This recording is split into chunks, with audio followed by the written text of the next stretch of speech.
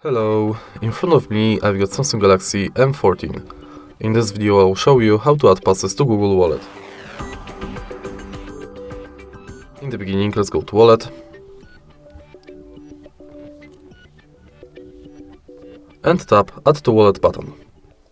Now focus on Transport Pass, Loyalty and Gift Card. Firstly, let's go to Transport Pass, and if you are able to find your transit way selected, you'll be redirected to website where you have to finish the inside form. Next, let's select Loyalty and select loyalty card you would like to add, for example, Payback Poland.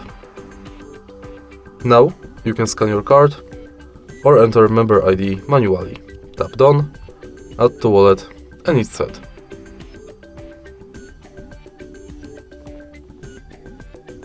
In the end, let's go to Gift Card, which is pretty similar to Loyalty Card, because you have to select Shop, enter card number, PIN, balance, your notes, tap Add to Wallet, and it's done. All of your cards will appear on the homepage of Google Wallet. If you find this video helpful, please leave a like, comment and subscribe.